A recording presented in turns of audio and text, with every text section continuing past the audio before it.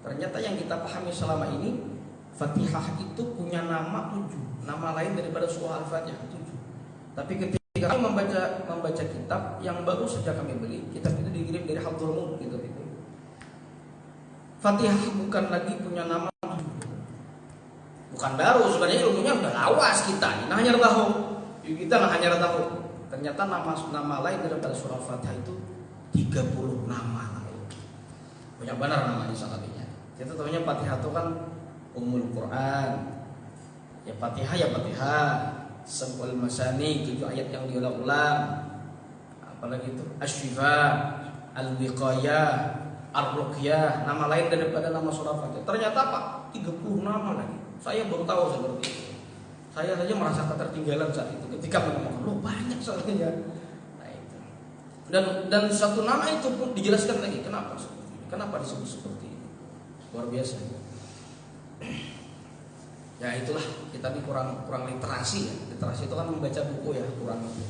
Saking lucunya, saking kurang literasinya, saking kurang bacanya kita. Ibaratkan ada orang jual buku, padahal ada di situ captionnya, ingin buku ini hubungi ini. Malah komentar apa? Di mana belinya? Itu yang salah. Padahal sudah kalau ingin mendapatkan kitab ini atau buku ini silakan hubungi ke sini. Malah di kolom komentar bertanya tuh, belinya di mana? Sudah ada tulisannya di situ. Itu saking kurang bacanya kita tuh, saking kurang bacanya. Sudah ada tulisannya jelas-jelas. Bila anak nukar buku hubungi ke sini, pasti betakun nukarnya di mana. Berarti hubungi di sini. Saking kurang bacanya kita tuh. Padahal di sisi itu aja tulisannya itu. Tapi kurang literasinya kita tuh. Kurang baca. Padahal ayat pertama kali turun apa? Iqra, baca. Berarti menunjukkan kita itu kurang baca di situ. Sehingga Allah turunkan ayat apa surah yang pertama, surah Iqra itu. Baca Iqra maksudnya. Nah ini. Berarti kata beliau, barang siapa yang ada punya keinginan kuat yang ingin menghafal kitab daripada karya Muhammad bin Hasan, wa qatarana bidzalika, dan disertai yang demikian itu al-jidda, kesungguhan, wal muwazabata, dan ketekunan. Tekun ini bahasa Banjar kita dangkal. Kalau bahasa Jawa lain dangkal lah, cengkal. Itu malah sebaliknya, bucil. Kalau cangkal bahasa kita bagus lah, cangkal benar aja. Kalau bahasa Jawa itu ada cangkal, cengkal. Itu wamalar itu nakal benar orangnya.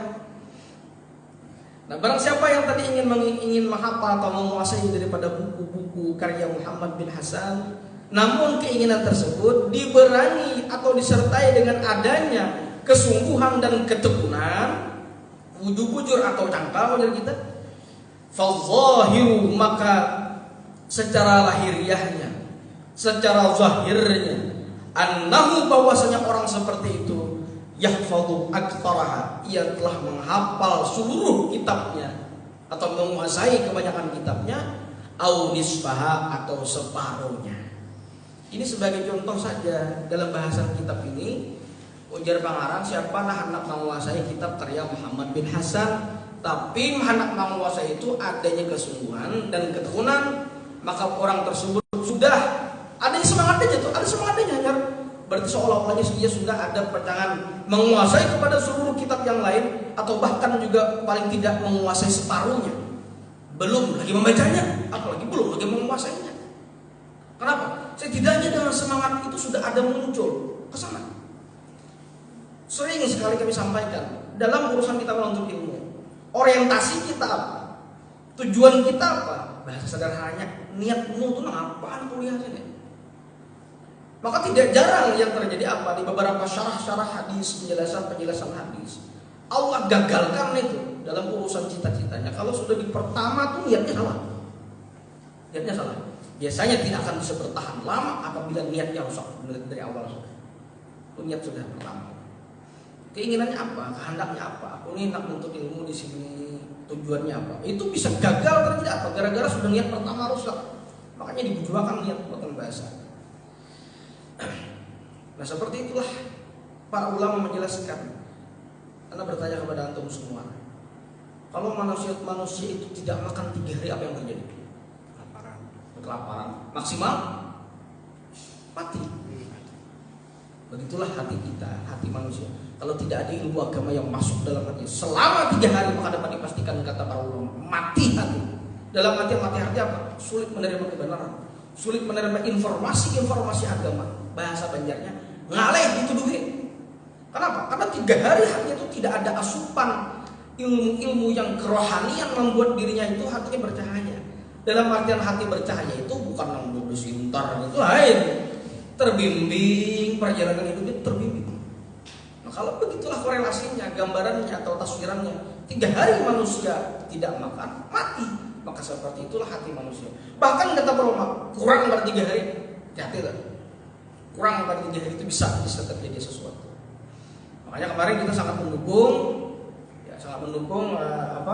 yang daripada departemen keagamaan kita, dan kami juga musyawarahkan kepada kawan kita atau guru antum juga Pak Ikhwan, itu budaya kami. Artinya musyawarah. Karena kita belajar kan bab tentang musyawarah di pertemuan kemarin. Pak Ikhwan, bagaimana ini tentang masalah ini? Departemen kita ada mengadakan lagi kajian kalau bisa setengah bulan sekali. Kami sudah ada ingin sekali untuk membuka kajian hadis arba'in Imam Nawawi. Itu semuanya mencakup sosial segala macam, hukum, sosial dan segala macam. Tapi sayangnya saat ini masih belum bertemu dengan pengasuh kami meminta izin untuk menyampaikan kitab itu. Karena kitab itu sudah diijazahkan kepada kami. Tapi tetap kami masih minta izin. Jadi saat ini antum yang berguru jangan dikira anak saat ini kada berguru, masih berguru. Masih ada yang membimbing, masih ada murabbi yang mengatur kami. Nah itu. Intinya kalau sudah ada orang tersebut punya semangat yang tinggi, punya ada kesungguhan yang tinggi, maka dapat dipastikan orang tersebut setidaknya sudah mampu berada di titik itu. Fa amma idza kanat lahu himmatun 'aliyah wa lam yakun lahu jiddun aw kana lahu jiddun wa lam takun lahu himmatun 'aliyah la yahsul lahu illa ilmun qalilun. Nah, ini peringatan juga buat kita. Fa amma idza kana, adapun jika seseorang memiliki himmatun 'aliyah, semangat yang tinggi. Orangnya semangat tinggi aja, kehendak tinggi aja, pokoknya bila lu jadi ini, semangat aja tuh. Masih untung daripada kada bisa sama sekali. Ya, ada aja semangat orangnya. Nah, barang siapa yang ada pada diri orang tersebut himmatun 'aliyah, semangat yang begitu tinggi. Tapi apa tadi? Walam yakun lahu jiddun, tidak ada kesungguhan. Bahasanya kayak ini, hendak, tapi menggawi kada. Nah, orang seperti ini. Ini disebutkan apa? Siapapun orangnya himmatun 'aliyah, semangat yang tinggi, luar biasa bang semangatnya. Kokaina ini, macam kokaina ini. Ya, kayak kisah perguruan bahari nih. Perguruan bahari dia ada perguruannya berkisah. 2 laki bini berisi hintalo hayam kampung sebiji.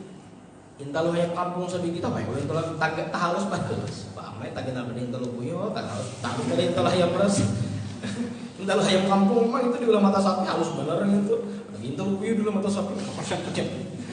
Nah, orang ini 2 laki bini ini hidup nih dan mengisahkan lagu orang nang bisi sang anak wara dewinya ada dak. Bisi hintalo hayam kampung sebiji. Jadi jarang laki ini umanya. Kenapa aja umanya? Minta doa yang kampung lah. Nyata aja cuma nyama saya tahu buyuk. Artinya memastikan nih. Nah, pegang menjelaskan nang bini. Nih kayaknya hintalo hayam kampung ini ku haram makan kan. Ya haram makan nang lain. Tapi sama haram makan hintalo tuh orang lagi itu tuh haram tuh. Bukan lagi cuma haram makan hintalo. Ngeram maksudnya lah. Haram tuh bisa penjara haram makan hintalo. Ninja hintalo ini ku haram makannya. Mabangnya nabi ini kayaknya bila baladik, bila manetas sudah memecah, kayaknya hayam halus dan itu gaduh kayaknya. Imbak gaduh kan dia sudah ganal kayaknya ku alih kurungannya. Hayal terus dah. Hayal terus nih. Ku alih kurungannya. Tindak tukang tega penguluan yang lain dan aku beri makannya kan. Bila ada nasi dicampur lawan dadak itu kalau di kampung lah. Suaca begitu hayam bukan nih. Makan hayam masak itu juga yang sudah menggaduh mau ulir. Ya, semangat banget udah. Mau ada yang menjual baju aja wajar aja makannya macam alasan. Jelas itu sudah ganal jok boleh makannya hanya belum dadak kayaknya. Karena kalau sudah anak hayam nang kita nih pilihnya bini kita laki akan pulang nang lain, pilihnya laki di bini akan hayam lain pulang. Ya kayak orang menggedo hayam tuh. Tahap-tahapnya tuh. Jenjara bini bagus nih. Menjalur terus nih bahkan laki ini padahal hayal itu yang tahu Ini bila sudah kena talak ini ya kan, kena ada mengaruniakan orang ke kita nih. Bagi anaknya yang menetes 10 pulang gara-gara lawan hayam kita nih. Bagi 5 seorang malah lar terus tak. Ada tahu aja masih. Bagi gini, karena bila sudah banyak kita harus makan pulang ke lain banyak. Nah sampai bawah berumahan kita nih bab lawan hayam kita aja bagi duaan tuh mahayal pulang tak. Ini bila sudah ganal aja berujung sama hayam kita jual. Nah bila sudah kita jual nyaman nukar napa kan. Kok anak mah nukar sepeda motor. Malah pulang. Nukar sepeda motor ke sini karena nyaman ke sini. Jadi nah anaknya mau ujiak dia di kamar. Bah, lu umpat. Jadi dia banyak jangan umpat. Saya motor juga kan aku baca dirayun dulu. Kayaknya aja dulu marah sebuah alasan pas cinta lu tangan tar pacah gugur. Nambah lagi mahayal kan gawinya mana ada tuh bila orang terlalu mahayal saat ini aja kita ada bisa kawan juga ada bapaknya mahayal masih ada bayar bujur ya ada bayar cuman perlu pembuktian. Ini yang disebutkan nih orang yang dalam kata Imam Burhanuddin menyebutkan orang yang punya semangat yang tinggi walam yakun lahu jiddun tapi tidak ada kesungguhan untuk berbuat tidak anak warak tapi kesungguhan sungguh anak manggil itu ada mahayal nih jangan bahasa pencerita mahayal bang mahayal bang kok kaina terus saya tidak lagi au kana lahu jiddun atau juga dia punya semangat atau punya juga kesungguhan semangat tinggi tapi punya kesungguhan juga tapi kesungguhan itu apa? Kesungguhan itu walam takun lahu himmatun aliyah tapi tidak ada semangat yang tinggi. Ada yang pertama tadi semangat tinggi kesungguhan gak ada. Ada yang ada kesungguhan ada tapi semangat gak ada. Paling nih kebelahan mutlak kesungguhan itu memang memperbuatnya tapi kalau semangatnya belum terlihat tapi di sini. Makanya ada lagu Indonesia Raya kita kan bangunlah jiwanya terbangun semangat seperti itu. Baru saat itu badannya bergerak saat kesungguhannya ada. Itu perlu dipahami. Itu sekedar hafal warak tapi tidak menghayati daripada yang disebutkan dalam lagu Indonesia Raya itu. Bagaimana anak merdeka jiwanya, bagaimana bisa memerdekakan orang lain sementara dirinya belum merdeka saat itu. Atau juga orang tadi punya semangat yang tinggi, ya. Atau juga sebaliknya punya kesungguhan tapi semangatnya tidak ada. Atau bahkan tipis sekali. Apa orang seperti ini? La yahsulu lahu illa ilmun qalilun, tidak akan berhasil kecuali hanya mendapatkan ilmu yang sedikit saja. Sekitarnya melihat. Nah, sekitarnya melihat. Ini orang gambaran kepada kita bahwasanya Imam Burhanuddin menjelaskan kepada kita perlu adanya keseimbangan antara kesungguhan, semangat yang tinggi dan bagaimana saat itu diterapkan dengan perbuatan. Harus ada proses saat itu, ada proses. Sudah sering kita sebutkan kan seinstan nggak instan juga ternyata perlu direbus juga. Nah, ini perlu kita pahami dalam hal seperti ini. Wa dzakara Syekhul Al-Imam Al-Ajal Al-Ustaz Ridzuddin An-Naisaburi fi kitab Makarim Al-Akhlaq telah menyebutkanlah Syekh Al-Imam Al-Ajal Al-Ustaz Ridzuddin An-Naisaburi di dalam kitab beliau nama kitabnya Makarim Al-Akhlaq. Saya rasa luar biasa sudah banyak banar kitabnya yang membahas masalah akhlak ini. Yang keberhasilan adab itu tuh. Itu bang sudah intinya. Orang kalau bisa ilmu kan belum tentu bisa adab, tapi kalau sudah berilmu kadang mungkin kada bisa adab karena sudah belajar. Tapi kalau sudah punya adab kada dulu, itu ilmunya mudah masuk. Kenapa? Karena orang dalam urusan menuntut ilmu itu harus ada punya rasa memperbudak dan diri dalam keilmuan. Maka ilmu akan masuk. Karena ada nasihat. Tempat yang tinggi menjadi musuh bagi air yang siap meratakan dengan air itu. Dan begitu juga hati yang merasa tinggi akan menjadi musuh bagi ilmu yang tinggi. Jadi ilmu ini kadang akan masuk bila ada orang itu masih kena agak, kena sombong orang. Nah kadang mau merendahkan diri dalam urusan keilmuannya ada mau. Ada maunya. Jadi ya itulah. Jadi istilahnya di antara orang-orang dalam urusan keilmuan harus mampu merendahkan saat itu. Merendahkan dirinya dalam urusan keilmuan. Harus mengorbankan memang seperti itu. Anna Dzulqarnain lamma arada ayusafira, bahwasanya dulu diceritakan ada seorang raja yang bernama Dzulqarnain. Nama lengkapnya Iskandar Dzulqarnain. Iskandar Dzulqarnain. Dzulqarnain itu secara bahasa Dzu atau Da itu orang yang memiliki, Al-Qarnain dua tanduk. Iskandar Dzulqarnain, Iskandar yang memiliki 2 tanduk. Bertanduk ke sini. Ada beberapa dua riwayat para ulama menjelaskan. Yang dimaksud 2 tanduk ini, beliau mempunyai kekuasaan yang begitu luas, memiliki kerajaan yang begitu luas. Kawasan kekuasaan beliau dari timur dan barat. Dari timur dan barat. Jadi itu ya istilahnya memiliki 2 tanduk. Tanduk kekuasaan wilayah timur dan tanduk kekuasaan wilayah barat. Ada yang mengatakan seperti itu. Ada juga yang mengatakan dasar bertanduk. Ayo. Lain Hellboy, lain untuk Hellboy. Lalu imajinasi ya, Hellboy kira-kira. Ada yang menyatakan seperti itu. Ada yang disebut dengan memiliki 2 tanduk, tanduk kekuasaan timur dan barat. Ada juga yang mengatakan bukan sekedar kekuasaan beliau timur dan barat, beliau dasar bertanduk. Ada yang menyatakan seperti itu. Dari beberapa sejarah. Lebih lengkapnya perjalanan kisah Iskandar Dzulqarnain silakan baca dalam kajian tafsir daripada surah Al-Kahfi. Silakan gitu, Pak.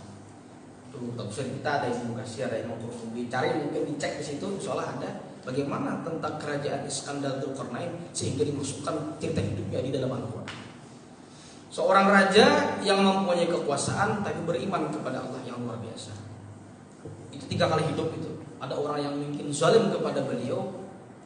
Versi cerita yang lain itu memang dipatahkan untuk beliau. Tak bagian kanan ini. Mati langsung. Apa yang terjadi? Allah hidupkan kembali. Melakukan amar ma'ruf nahi munkar, mengajak kepada kebaikan, mencegah kemungkaran. Dipatah orang mati tanduknya seperti ini. Mati pulang, hidup pulang bahasa. Itu memang Allah menginginkan seperti itu. Jadi artinya kuat luar biasa. Sama yang kita sebutkan atau mungkin kita sering mengenal dengan cerita Sam'un Al-Ghazi. Bukan Samsun Betawi, bukan. Bagaimana itu disebutkan di dalam kitab Mukasyafatul Qulub. Kami baca kemarin itu di dalam kitab Mukasyafatul Qulub karangan Imam Ghazali yang menceritakan sosok seorang laki-laki yang berperang berapa lama?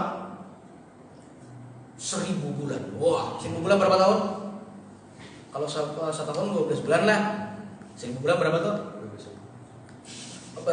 Berapa tahun maksudnya? 1000 bulan berapa tahun tuh? 68 tahun, 86 tahun, 84 kan berapa tahun? Hitung seorang. Beberapa kita ada tentu. Sam'un Al-Ghazi saat itu diceritakan di dalam kitab tafsir surah apa? Inna anzalna soal qadar, inna anzalnahu fi lailatul qadar. Sampai ada kalimat alfi syahrin itu. 1000 bulan. Nah, ada orang itu cerita itu sudah lama, tapi diulang kembali ceritanya oleh Nabi Muhammad SAW di kalangan para sahabat. Yang saat itu menjelaskan tentang bahwasanya ada orang kalau ada ujar Nabi orang tersebut siapa sih yang mampu berperang 1000 bulan? Jadi sahabat, mana mungkin orang bisa punya umur seperti itu dan mana mungkin seharinya perang malam istirahat esok kelahi pulang perang. Mana mampu seperti itu? Kata Nabi, seorang laki-laki berperang 1000 bulan. Jadi sahabat saat itu bertanya, luar biasa ganal pahalanya ya Rasul kalau berperang seperti itu lamanya. Apa kata Nabi? Ada pahala yang menandingi daripada perang 1000 bulan. Apa? Bagi mereka yang menghidupkan malam Lailatul Qadar. Siapa yang mendapatkan fadilah? Maka ia sama saat itu bahkan sama pahalanya seperti Sam'un Al-Ghazi yang berperang selama 1000 bulan. Ternyata cerita itu dibikin dalam film Samsun Betawi. Itu namanya Samsun Al-Ghazi itu. Ya, mungkin sama juga yang cerita tentang ini Iskandar Dzulqarnain. Ternyata film itu dibikin 1956 atau 1965 tuh. Alexander the Great itu menggambarkan cerita tentang Iskandar Dzulqarnain. Dibikin sebuah film tahun 19 lama itu. Kan tahun berapa lah ya? Tadi belum mulai film. Karena 1989, 5 Juni 1989. Tadi dulu Bang cuma ada tamu film itu masih 1956 1965 itu. Itu menceritakan tentang ini yang disebutkan dalam kitab ini Iskandar Dzulqarnain tapi dalam bentuk cerita yang berbeda, Alexander the Great. Iskandar Dzulqarnain saat itu. Ya itulah film-film pasti ada pelesetan-pelesetan kadang ke arah kemana tidak tepat sebagaimana asli. Nah ini Iskandar Dzulqarnain ini ya, masih lama 89. Beliau punya kekuasaan. Saat itu beliau apa? Lamma arada ayyusafira Liyastawla 'alal masyriqi wal maghrib syawaral hukama. Ini yang perlu kita garis bawahi. Nanti saya sebutkan bahwasanya kita katakan saja Raja atau Sultan Iskandar Dzulqarnain ini manakala beliau arada ayyusafira, menginginkan berpergian, menginginkan berangkat. Berangkatnya apa? Liyastawla 'alal masyriq wal maghrib, untuk menguasai timur dan barat. Yang kita sebutkan tadi. Saking semangatnya beliau dalam urusan berdakwah, saat itu ingin melaksanakan, tapi tidak disebut dengan invasi ya. Invasi itu sekarang itu kan istilahnya melakukan peperangan tapi menghancurkan. Ya, nggak usah lah berbicara Rusia sama Ukraina, nggak usah. Kita sini nggak tahu, merdeka diri kita aja nggak beres-beres, biar aja orang sana. Nah, beliau ini ingin menguasai kekuasaan timur dan barat saat itu. Ya. Sebelum melakukan memperluas wilayah kekuasaan beliau, yang kita garis bawahi apa? Syawaral hukama, beliau tetap bermusyawarah kepada para ahli hikmah, para ulama di zamannya. Ini yang kita maksudkan. Masih sempatnya seorang sultan yang punya kekuasaan raja masih saat itu bermusyawarah dengan para ulama di zamannya. Jadi orang dulu ulama itu masih minta nasihat dalam artian. Makanya ada dalam Islam kan biasa disebutkan seorang pemimpin yang baik dekat kepada ulama. Dan seburuk-buruk seorang ulama ketika sengaja mendekati terhadap para umara atau para pemimpin. Tapi untuk saat ini kita tidak bisa bersuudzon. Barangkali ia mendekati para pemimpin untuk mendakwahi mereka supaya lurus. Bisa jadi. Tapi secara lahiriahnya ya memang seperti itu. Ini maksudnya apa? Sultan Iskandar Dzulqarnain sebelum menguasai timur dan barat itu bermusyawarah dulu. Cara bahasa kita, wahai guru, ulun ini hendak melakukan perluasan wilayah kekuasaan kerajaan ini pada timur dan barat. Kayak Pak ulun nih. Nah, itu musyawarah. Kalau urusan kekuasaan timur dan barat saja Iskandar Dzulqarnain masih melakukan musyawarah, apalagi sekedar kekuasaan di BEM di sini. Jangan tidak bermusyawarah. Bahaya. Kembali kepada bab kita kemarin. Kata Imam Ali karramallahu wajhah, seseorang tidak akan mengalami kehancuran, seseorang tidak akan mengalami kerugian kalau dalam memutuskan masalah perkara ia bermusyawarah terlebih dahulu. Jadi bilanya untung belataan, bilanya rugi belataan, karena dimusyawarahkan. Kadang lagi betul tuduhan. Kembang ini semalam memutuskan, di kembang ini kami lagi sudah. Jadi kalau sudah musyawarah, tanggung bersama, selesai. Nah, jangan kada musyawarah yang katakan, jangan kada ya minta saran lah. Minta pendapat mungkin, ini aja tukar pikiran, terus diurutan berusak selalu kan rusak dahulu sudah. Ya, istilahnya bertukar pendapat, sharing, cerita kan. Nah, itu paling enak. Nah, ini beliau saat itu. Apa kata beliau? Kata Imam Iskandar, kata Sultan Iskandar Dzulqarnain kepada seorang ahli hikmah di zamannya? Kata beliau, "Kaifa usafiru bihadzal qadar minal mulki fa inna dunya qalilatun faniyah." Wahai Syekh, kata beliau, wahai guru, ya kita. Kaifa usafiru bihadzal qadar? Bagaimana istilahnya, bagaimana aku berpergian ini dengan membawa kemampuan atau posisi yang seperti ini, minal mulki, daripada kerajaan. Fa inna dunya, maka sesungguhnya dunia qalilatun, qali sangat perkara sedikit, perkara yang sangat sedikit. Saat itu dijelaskan oleh ini, beliau ini masih minta musyawarah kepada ulama, sementara beliau tahu arti yang sebenarnya dunia itu apa. Jangan bahasa kita, wahai Syekh, ulun hendak melakukan perluasan wilayah, tapi ulun membawa posisi ulun sebagai raja, sementara ulun sadar dunia itu perkara yang kecil.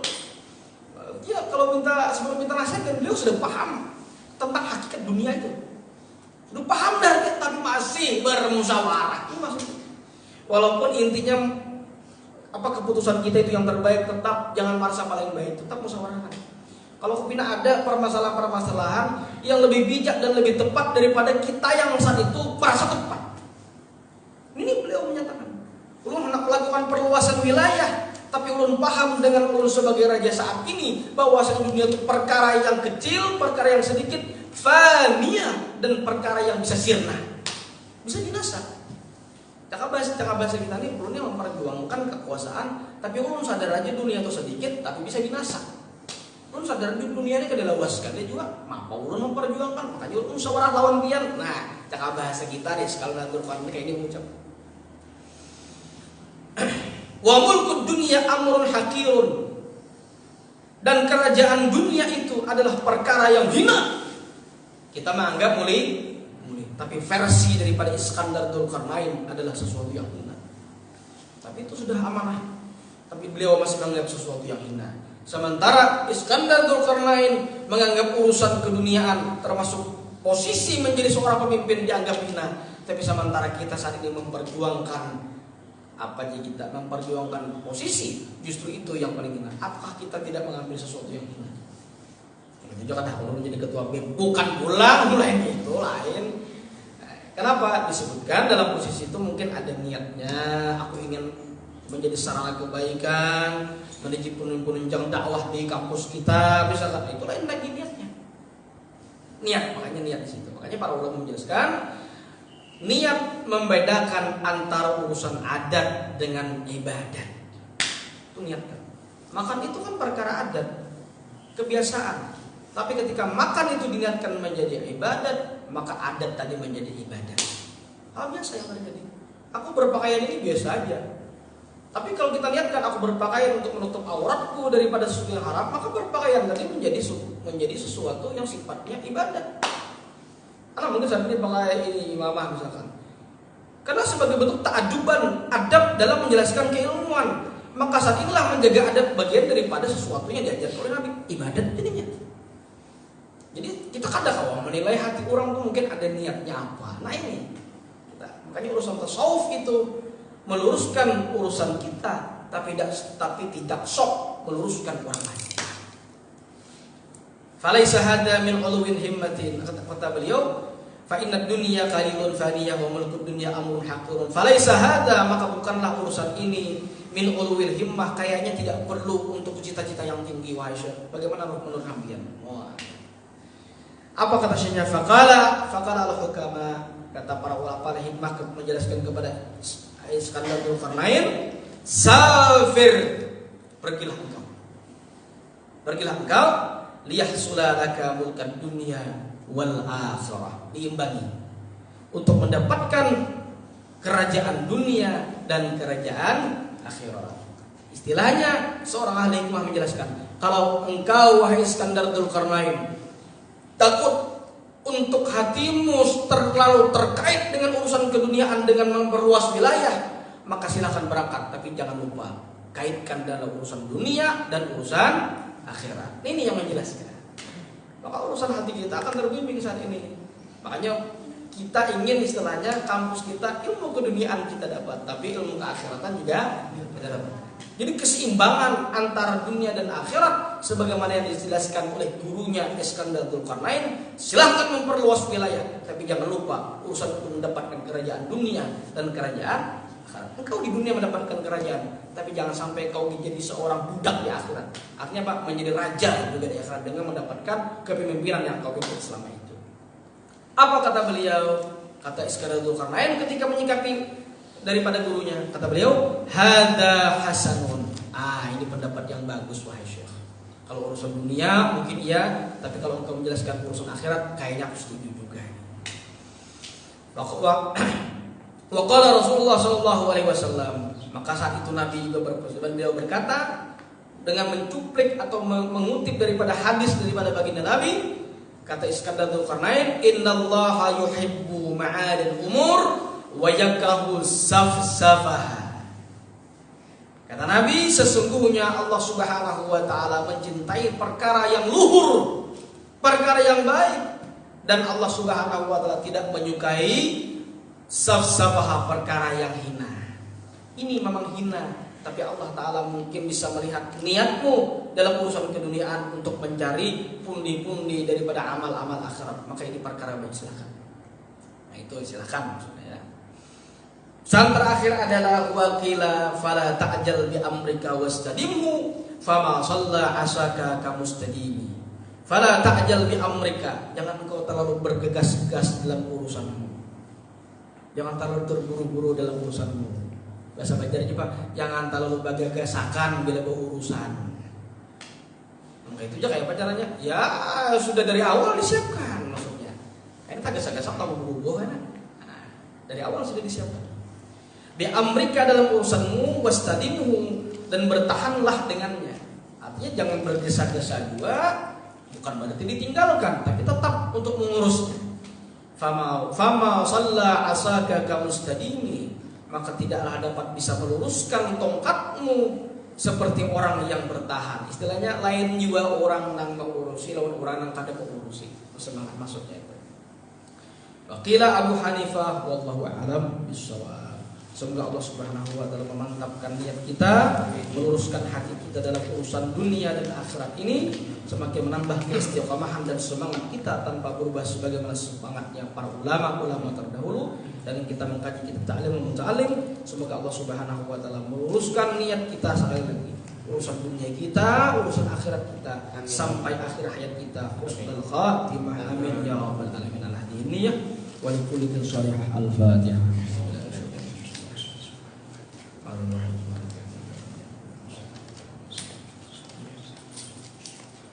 Bismillahirrahmanirrahim. Alhamdulillahirabbil alamin. Wassalatu wassalamu ala asyrofil anbiya'i wal mursalin sayyidina Muhammad wa ala alihi washabbihi ajma'in.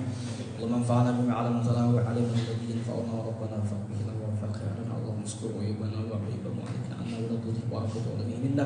Allahumma faqihna fi din wa 'allimna ta'wil wa rzuqna fahman nabiyina hifzal mursalin min hamal malaikatul muqarrabin wa yabul bisalatin lana min kayfi khal ajma'in. Allahumma inna nastawdi'uka bima 'allamtana farud 'alaina inna hajatina rabbana atina fid dunya hasanah wa fil akhirati hasanatan wa qina adzabannar. Sallallahu alaihi Muhammad wa alihi wasallam. Alhamdulillahi rabbil alamin. Taqabbalallahu minna.